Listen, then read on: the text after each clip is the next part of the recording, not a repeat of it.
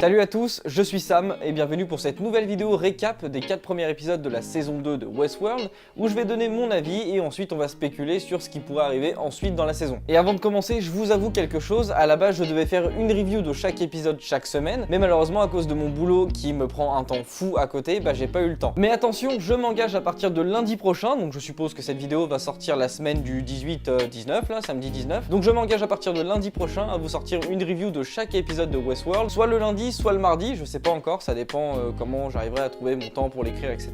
Et la vidéo en plus du coup le vendredi, donc ça fera 2 vidéos par semaine, parce que bon, je vois les abonnés qui augmentent, etc. Et en plus, j'ai plein de commentaires trop gentils en ce moment, et au final j'ai l'impression de rien foutre, donc il y a quelque chose qui va pas. Maintenant que tout ça est dit, on va passer au récap des 4 premiers épisodes, donc je vais le faire comme ça, sans texte, de ce que j'en ai pensé. On est là pour voilà, résumer, parler un petit peu de ce qui s'est passé, et à la fin, comme j'ai dit, on parlera peut-être de ce qui arrive, de ce que j'en pense en tout cas. Donc du coup, pour le premier épisode, j'ai mon petit résumé, parce que j'avoue que j'ai vu le 2, 3 et 4 hier soir, mais le premier du coup je l'ai vu la première semaine, donc ça remonte un petit peu. Dans le premier épisode, on revient tout de suite après les tueries donc causées par Robert Ford, on peut le dire indirectement, c'est quand même lui qui a engagé la rébellion des autres. On se retrouve donc avec plein de petits groupes, avec Dolores et sa rébellion, Robert qui est avec Charlotte, la secrétaire de... non je sais plus qui c'est une des cadres de Delos, si je dis pas de bêtises. On a Charlotte qui contacte Delos, donc pour obtenir justement l'unité de soutien, pour quand même faire évacuer tous les invités dans le parc, et elle, etc. Parce que bon voilà, c'est quand même une des cadres de Delos. Et on voit que Delos refuse tout simplement. Ils disent à Charlotte que sans la sauvegarde qu'il y a dans le personnage de Robert Abernathy, donc c'est le père de Dolores dans le parc, ce mec là en fait ils lui ont implanté une sauvegarde et ils veulent à tout prix la récupérer, sinon ils envoient pas l'aide. Du coup ils demandent à Charlotte de récupérer Robert Abernathy et de renvoyer la sauvegarde à Delos pour qu'ensuite Delos puisse faire évacuer le parc, parce que sans ça ils les laissent crever tout simplement. Et de l'autre côté on a Maeve, donc Maeve ou Maeve comme vous voulez, je sais pas comment le prononcer, on va dire Maeve, ce sera plus simple. Elle retrouve Hector pour ensuite partir retrouver sa fille, et en même temps elle en profite pour kidnapper Lee Sizemore qui est le gérant narratif, c'est celui qui écrit les scripts pour les personnages. Et du coup voilà, on a Maeve avec Lee Sizemore et Hector qui partent pour retrouver la fille de Maeve. Et encore de l'autre côté du parc, donc oui c'est un petit peu, je sais il y a beaucoup de côtés, de l'autre côté, mais c'est Westworld, il y a beaucoup, on suit beaucoup de choses en même temps, c'est comme Game of Thrones, il y a beaucoup de choses en même temps qui se passent. En plus Westworld instaure ce principe de temporalité, on voit que tout se passe pas au même moment. Donc voilà, juste petite piqûre de rappel pour ceux qui avaient oublié à quel point Westworld était un peu complexe à résumer, là pour le coup c'est un peu chiant, donc je vais essayer de vous mettre vraiment des screens histoire que vous voyez quel personnage, machin, pour être vraiment à fond dedans, parce que si je parle juste face cam vous allez rien comprendre, donc je vais essayer de rendre ça un peu plus digeste. Du coup ce que je disais c'est que William, donc de l'autre côté, donc l'homme en noir, lui il arrive à s'en sortir, il est dans la merde, mais il arrive à s'en sortir et il voit que du coup justement le jeu devient un peu plus intéressant, que les autres peuvent tuer les gens, etc. Donc lui il apprécie, pour le coup il y a des vrais enjeux, et Robert par le biais donc de sa version petite, lui communique un message en lui disant comme quoi c'est un jeu qui est fait spécialement pour lui et qu'il doit trouver ce qu'on appelle la porte. Et à la fin de l'épisode on voit Bernard qui lui se réveille sur une plage avec plein de cadavres dans l'eau, donc d'ailleurs dans l'eau on reconnaît Teddy et plein d'autres cadavres d'Host. Et là du coup il y a les renforts qui viennent le voir et qui lui disent des explications, qui lui demandent des explications, et Bernard dit que lui il les a tous tués. Ensuite du coup deuxième épisode, et là j'ai repris le Mac avec les petits résumés qui vont avec. Donc le deuxième épisode pardon s'ouvre avec une scène où l'on voit comme à l'époque, comme au tout début des premiers épisodes, on a une espèce d'entretien entre Bernard et Dolores. Du coup oui, quelque chose qui est noté et que j'avais complètement oublié de vous dire là maintenant, bien sûr, on va retrouver du coup le personnage de Arnold, parce que Bernard à la fin du coup on apprend que c'est le sosie, donc l'androïde qui représente Arnold avec tous ses souvenirs, etc. Mais du coup on va jongler avec ça, parce que là par exemple on voit que Dolores ne parle pas à Bernard mais bien à Arnold, et que Arnold l'emmène pour visiter justement sa future maison, et c'est là qu'on apprend que du coup Dolores a été emmenée dans le monde extérieur et qu'elle n'est pas toujours restée dans le parc et créée dans le parc, etc. mais qu'elle a aussi visité le monde extérieur, le nôtre. La petite précision, donc faut que je fasse attention de vous préciser si c'est Arnold ou Bernard, à ne pas confondre les deux, même si forcément c'est les mêmes, donc voilà, faut que j'essaye de faire attention. Cependant pour se venger, eh bien forcément on a besoin d'une armée, et vu que maintenant Dolores sait qu'ils sont réactivés et qu'on peut justement réparer les autres, les réactiver, etc. elle se rend au lieu où sont entreposés plein de cadavres et demande aux gens, du coup je sais plus comment on appelle ça, mais les gens qui les réparaient, etc., de réactiver des personnes mortes afin de lui constituer un minimum d'armée pour pouvoir justement continuer sa vengeance. Et surtout encore une fois un autre point qui est assez important, c'est que Teddy lui a encore du mal à suivre Dolores, et a encore du mal à comprendre tout ça. Dolores fait beaucoup de choses pour lui montrer, pour lui ouvrir les yeux, et notamment elle lui montre sa mort sur une des tablettes. Le mec s'amuse à faire défiler les images, on voit Teddy qui est mort, et l'acteur d'ailleurs, gros big up aux acteurs, parce que vraiment Westworld saison 2 j'ai l'impression qu'ils se dépassent tous, je sais pas pourquoi, les acteurs sont juste géniaux, mais enfin bref ça ça on en parlera plus tard. Mais du coup ouais, Teddy ne suit pas réellement Dolores encore à 100% et ça se ressent. Et du coup elle en profite, elle lui montre que réellement, regarde, tu peux être réactivé, réparé, voilà, on t'a tué plusieurs fois, etc. Et donc Teddy, lui, ça lui fait un gros choc. Et donc voilà, petite précision aussi par rapport à Teddy, parce qu'il est pas à 100% avec Dolores. Du coup un peu plus tard, on a la fameuse rencontre entre Dolores et Maeve. Donc je sais pas si elles se sont déjà rencontrées dans la saison 1, j'avoue que j'ai plus le souvenir. Mais enfin bref, là elles se retrouvent du coup avec toutes leurs nouvelles capacités, leur nouvelle perception du monde. Et du coup elles se jaugent un petit peu, elles parlent et au final elles sont pas ennemies, pas amies non plus. Maeve continue d'aller chercher sa fille et Dolores elle continue sa rébellion et rien d'autre quoi, tout simplement. Il y a quelques mots, l'échange est sympa et au final après ça se croise et chacun repart vers sa route. Ensuite du coup petit retour dans le passé où là du coup on apprend comment Ford a réussi à convaincre la société Delos d'investir dans le parc. Alors on a le droit à une énorme démonstration où Logan se fait emmener donc par une femme, d'ailleurs c'est celle qui accueille les visiteurs, et un autre gars pour justement aller dans un salon où il y aura une pseudo démonstration. Et en fait Logan cherche les fameux hôtes et pense les avoir trouvés, sauf qu'au final il a complètement tort parce que toutes les personnes présentes dans la pièce sont des hôtes et surtout la femme qui est avec le mec depuis le début est un hôte aussi. Enfin nous on sait mais lui il le sait pas, et du coup c'est grâce à ça que Ford a réussi à convaincre Logan d'investir dedans réellement, même si son père lui était pas pour, mais ça on le verra plus tard aussi. Ce qui est cool aussi c'est qu'avec ces retours dans le passé,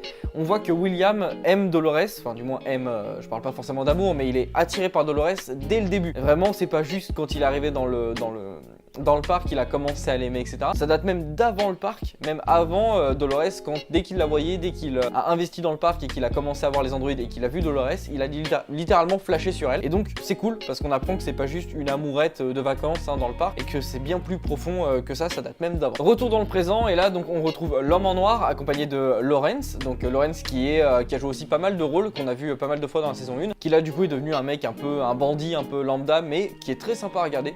Encore une fois, big up à l'acteur. Et du coup, ils vont à la rencontre de El Lazo, donc le fameux grand méchant qui incarnait Lawrence dans un autre épisode de la saison 1, et il lui demande tout simplement de joindre les forces pour ensuite se rendre à la fameuse porte. Sauf que Ford a décidé de ne pas laisser l'homme en noir faire ce qu'il voulait et a inculqué aux androïdes de se tirer une balle. Donc du coup, tout le monde se shoot et il reste plus que Lawrence et l'homme en noir. Et justement, le personnage de El Lazo reprend des phrases que Ford a dû lui implanter dedans. On a littéralement l'impression que c'est Ford qui lui parle. Il lui dit clairement qu'il ne va pas lui laisser gagner le jeu aussi facilement et qu'il va devoir se démerder tout seul. Et encore une fois, Westworld joue beaucoup avec ces fameuses timelines et c'est ça qui est cool. Bon après, quand on a compris le principe dans la saison 1, la saison 2 se suit vraiment bien, hein, ça se suit très bien. Il n'y a pas un seul moment où on se dit putain merde, je suis dans le présent, dans le passé, je sais plus. C'est vraiment bien fait et c'est vraiment cool. Et justement, le deuxième épisode en joue beaucoup et c'est un gros épisode. Moi j'ai trouvé très sympa cet épisode là. Donc voilà, on va enchaîner tout de suite sur l'épisode 3. Alors au tout début de cet épisode, on retrouve une nouvelle héroïne, une femme du prénom de Grace.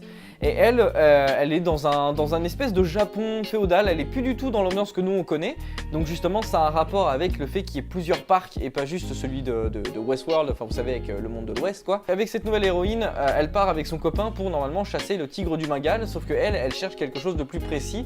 On le voit dans son carnet, on suppose que ça doit être aussi la porte hein, pour le coup. Sauf que malheureusement il y a un petit problème, c'est que tous les invités qui sont au point de rendez-vous se sont fait tuer par des hôtes et les hôtes essayent aussi de tuer le mec et Grace. Sauf qu'elle est elle aussi pourchassée par un tigre du Bengale, donc ce pourquoi à la base ils étaient là. Hein. Et le tigre, malgré une balle ou deux, je sais plus, il lui saute littéralement dessus et la fait tomber d'un énorme pont, ou il la fait tomber d'une falaise, je sais plus exactement, mais bon voilà. Du coup le tigre lui saute dessus et elle tombe d'une falaise. Plus tard on voit qu'en fait elle est retrouvée vivante par les fameux indiens, vous savez avec les peintures etc. Et ce sont les mêmes indiens qui ont rencontré Maeve aussi, donc on suppose que ça se passe peut-être légèrement avant la rébellion des hôtes, hein, la rencontre qu'elle fait dans le Japon etc. machin, mais que les deux histoires se passent au même moment et que il va y avoir forcément quelque chose avec ça. Et d'ailleurs en parlant de Maeve, on va parler un petit peu d'elle puisque elle se souvient que l'une des morts qu'elle a eu avec sa fille était causée justement par l'un des Indiens, donc petite connexion entre les deux. Et suite justement à une poursuite je crois avec les Indiens, ils se retrouvent sous terre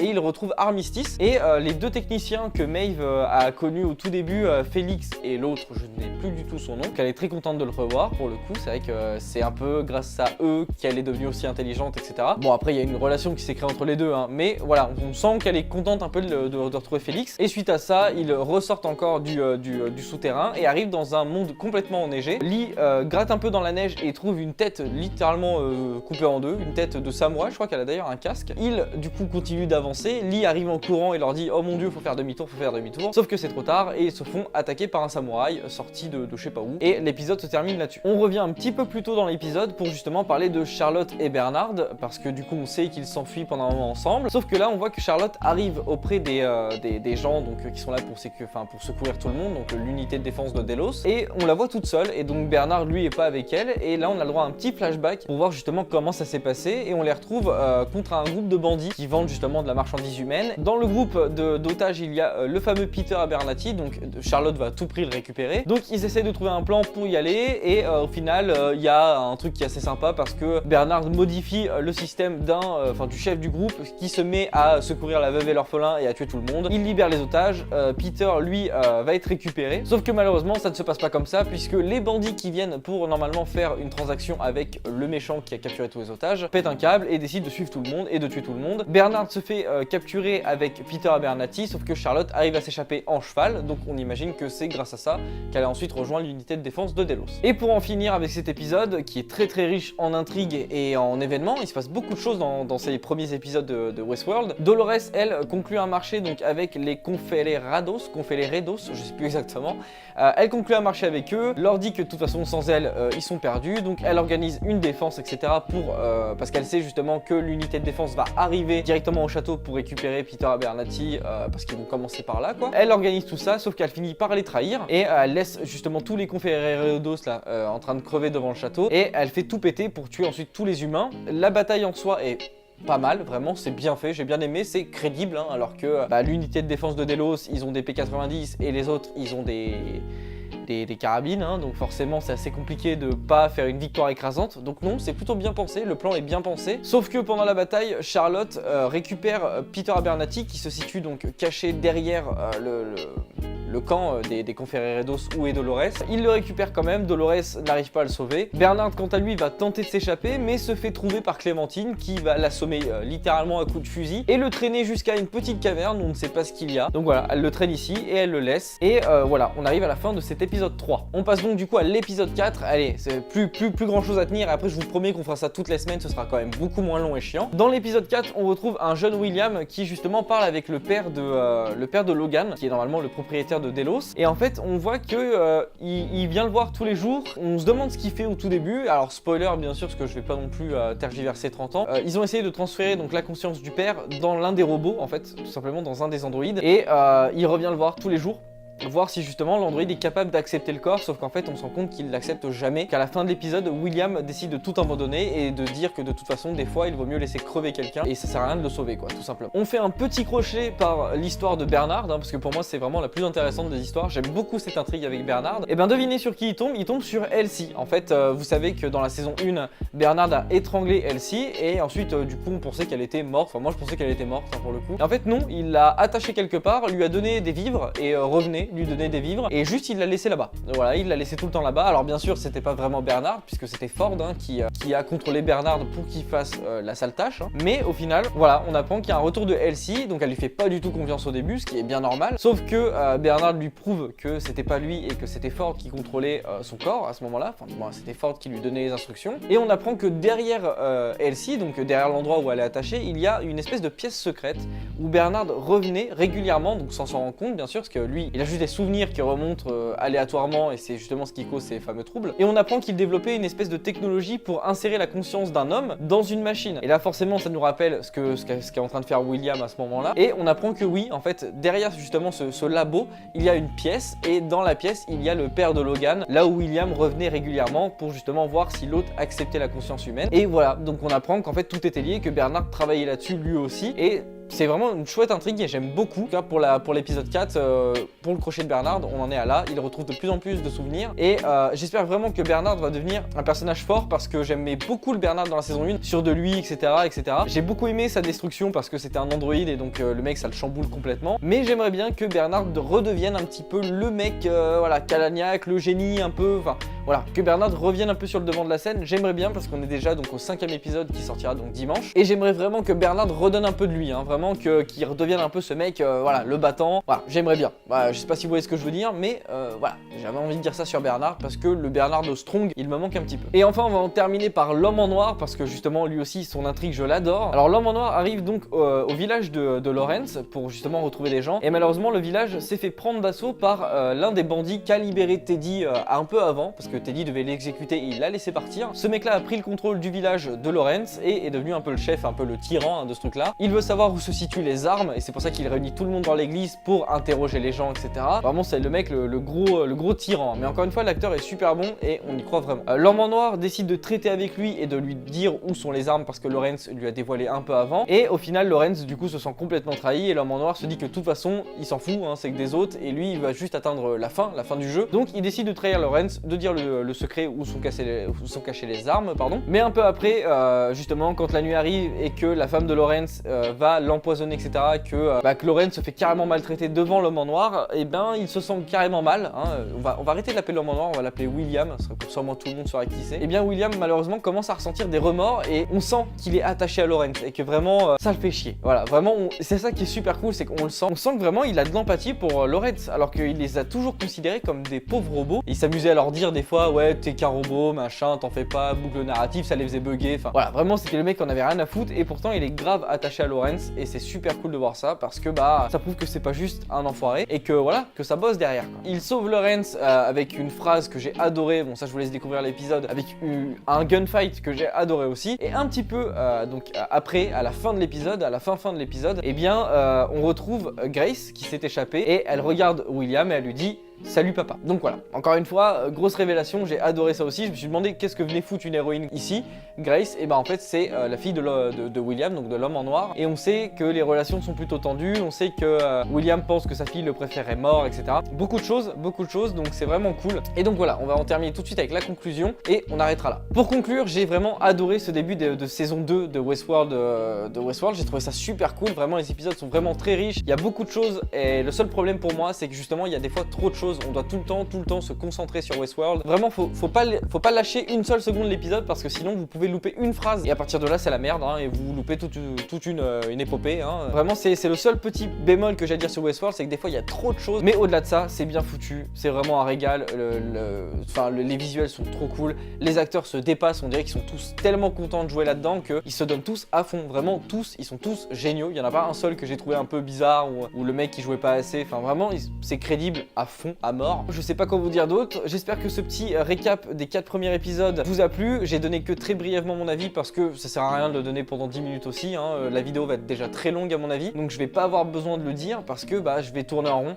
Et vous avez très bien vu que j'adorais cette série et que voilà, je vais y consacrer une review chaque semaine. Piouf, j'espère que la vidéo vous a plu et comme d'habitude, vous mettez un petit pouce bleu si ça vous a plu, on commente et on partage, ça m'aide pour le référencement et à faire connaître la chaîne et vous le faites grave, donc continuez parce que c'est trop cool. Promis, on arrête les vidéos aussi longues et je ferai un truc un peu plus concis, mais là, vous savez, c'est Westworld, voilà, c'est pas comme si je résumais 4 épisodes des Simpsons. Hein. Donc voilà, j'espère vraiment que vous êtes restés jusqu'à la fin, c'était Sam et on se dit du coup à la semaine prochaine.